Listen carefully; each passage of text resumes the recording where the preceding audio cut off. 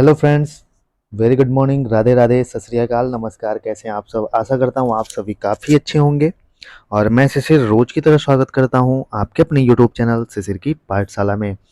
तो सबसे पहले तो थैंक यू सो मच कि आप लोग इतना प्यार दे रहे हैं अपने इस यूट्यूब चैनल को। और एक अंदर से बहुत मोटिवेशन सा फील होता है कि आप लोग इतना प्यार दे रहे हैं इस चैनल को। और वहीं मैं आपकी सारी समस्याओं के साथ प्रेजेंट हूँ। आप चाहे मिस्टर मिस्टर एक्स कह लीजिए या चाहे आप शिशिर बोल लीजिए। तो चलिए, आपकी एक डाउट्स थे कि अपॉइंटमेंट लेटर में क्या-क्या लिखा है, क्या-क्या है करना है, कब जॉइनिंग है, ये सारे doubt I hope so clear हो गया होगा। अब दूसरा डाउट जो कि आपके डॉक्यूमेंट से रिलेटेड है, तो चलिए उसको सॉल्व करते हैं कि क्या-क्या प्रोसेस है। ठीक है, सबसे पहले तो मैं आपको प्रोसेस बता देता हूँ कि क्या-क्या प्रोसेस है, ठीक है?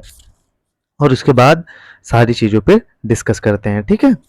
तो पहला प्रोसेस है, जैसे पहली चीज़ तो आपको अलॉटमेंट ऑफ रीजन, ठीक है? Allotment of region by headquarter, ठीक है? हेडक्वार्टर के साथ आपको कौन सा रीजन अलॉट हुआ होगा, ये आपने देख लिया होगा बहुत आसानी से। तो पहली चीज़ यही होगी, ठीक है? दूसरी चीज़ की बात करूँ तो दूसरी चीज़ है अलॉटमेंट ऑफ स्कूल, ठीक है? जब आपका अपॉइंटमेंट लेटर भी मिल गया होगा, ठीक है? ये मैं शॉर्ट में लिख दे रहा हूँ अपॉइंटमेंट लेटर, इसमें लिखा है कि आपको किस रीजन का स्कूल कौन सा मिला है, ठीक है? और आपका ग्रेड पे कितना होगा, ये सारी चीज़ें अपॉइंटमेंट लेटर में मिल गई हैं, ठीक है? I hope so. पहली चीज़ कि आपको रीज़न पता हो गया, allotment of region by headquarter, headquarter के द्वारा आपको अलॉटमेंट ऑफ रीज़न हो जाता है। उसके बाद क्या होता है, रीज़न के द्वारा आपको कौन सा स्कूल अलॉट होता है, ठीक है? Allotment of school by regional offices, ठीक है? तो ये चीज़ें हो गई। अब बात करते हैं तीसरी चीज़, ठीक है? तीसरी चीज़ क्या है माय डियर फ्रेंड्स, कि तीसरी चीज़ है कि आपको एसेंशियल्स डॉक्यूमेंट्स कौन-कौन से लेके जाने होते हैं, ठीक है? तो सबसे पहले तो आप एक मेडिकल फिटनेस का वो बनता है, ठीक है? आप उसको बनवा लीजिएगा। आप जहाँ जाएँगे सीएमओ के पास या चीफ मेडिकल ऑफिसर होता है, ये सारी चीज़ों को मैं आगे बताऊँगा, ठीक है? ये सारी चीज़ों को मैं आगे बताऊँगा। उसके बाद 2 लाख रुपए का बॉन्ड, वो तो सारी चीज़ें प्राइमरी वाले और उनके लिए होता है। कैरेक्टर और मैरिज सर्टिफिकेट होता है, वो सारी चीज़ें, ठीक है?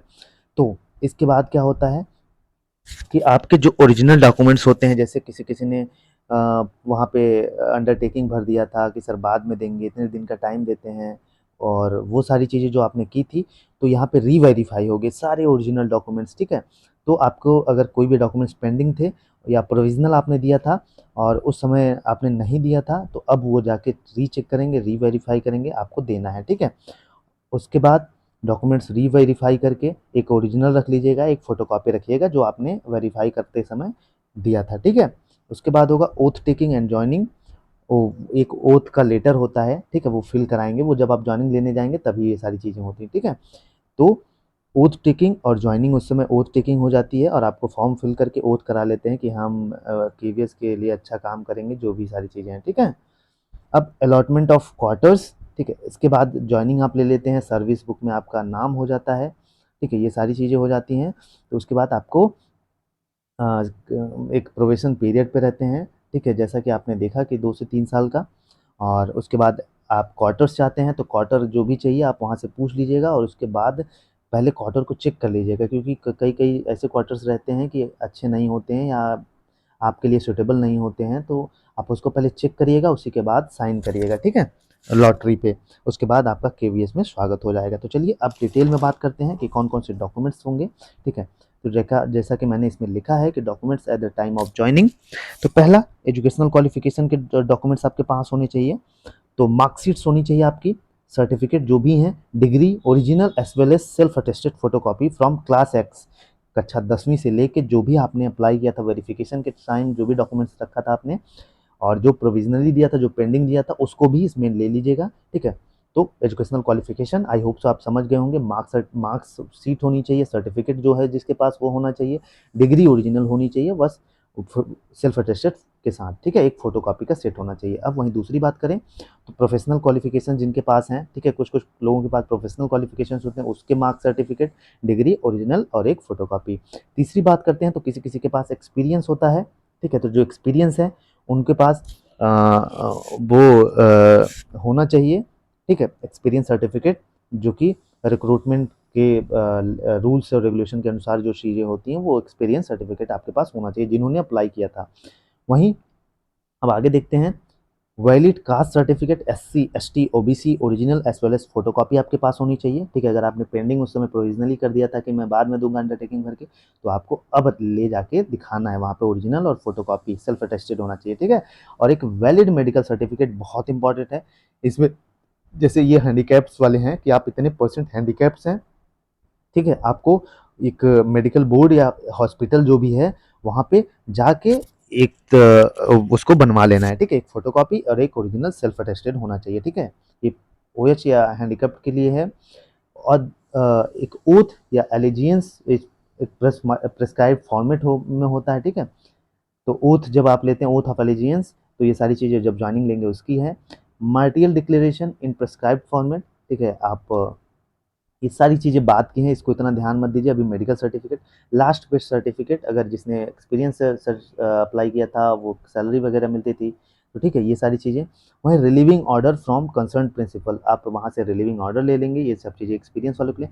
Vigilance clearance certificate from concern principal, ठीक है, ये चीज़ें हैं। उसके बाद इमूवेबल प्रॉपर्टीज एंड लाइबिलिटीज, ये जो आप लोग परेशान हैं इसके लिए ना, तो ये एक सर्टिफिकेट होता है, ये सारी चीज़ें हो जाती हैं, इसमें कोई परेशानी नहीं आती। वहाँ पे एक सर्टिफिकेट होगा, उसमें सेल्फ डिक्लेरेशन फॉर्म को फिल करके सेल्फ डिक्लेयर कर देना है बस, ठीक है? अब जो इम्पोर्टेंट है, मेन है, पहले इस पे काम कर लीजिए, ठीक है? आप वेबसाइट पे जाके इसको डाउनलोड कर लीजिए, acceptance of offer of appointment, ठीक है?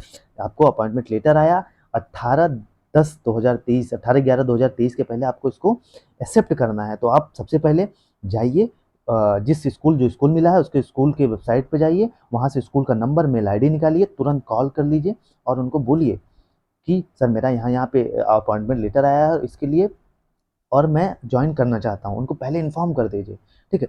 तो उसके बाद आप उस जो एक्सेप्टेंस ऑफ़र को फिल करिए, उसके बाद उस पे सिग्नेचर करिए, ठीक है?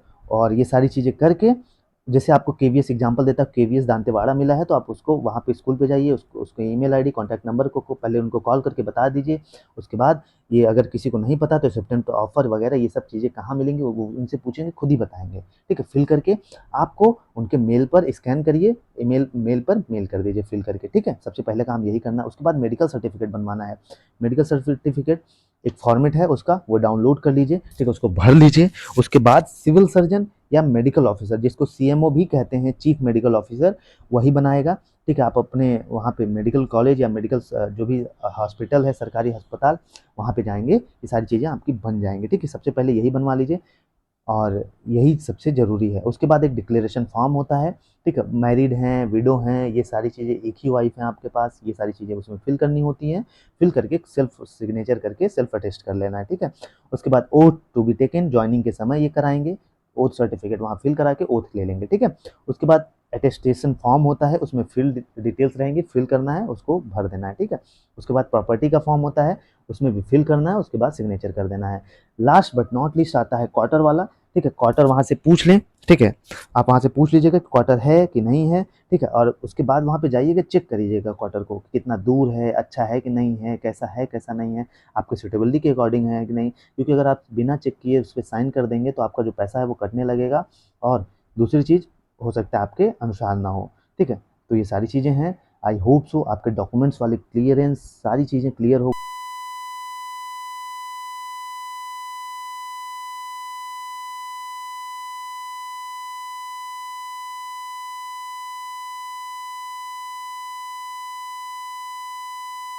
अगर आपकी जॉइनिंग नहीं हो जाती, ठीक है? कोई भी दिक्कत हो, कोई भी हो, मेरा नंबर है 8853954446 पे आप कॉल कर सकते हैं, ठीक है? और आप सारी चीज़ें पूछ सकते हैं। बाकी कमेंट में ज़रूर मेंशन कर दीजिएगा कोई डाउट हो और अपना इस चैनल को आप सब्सक्राइब ज़रूर कर लीजिएगा अगर वीडियो आपको अच्छा लगे तो। इस वीडियो में यहीं तक, तब तक के लिए जय हिंद, जय भारत।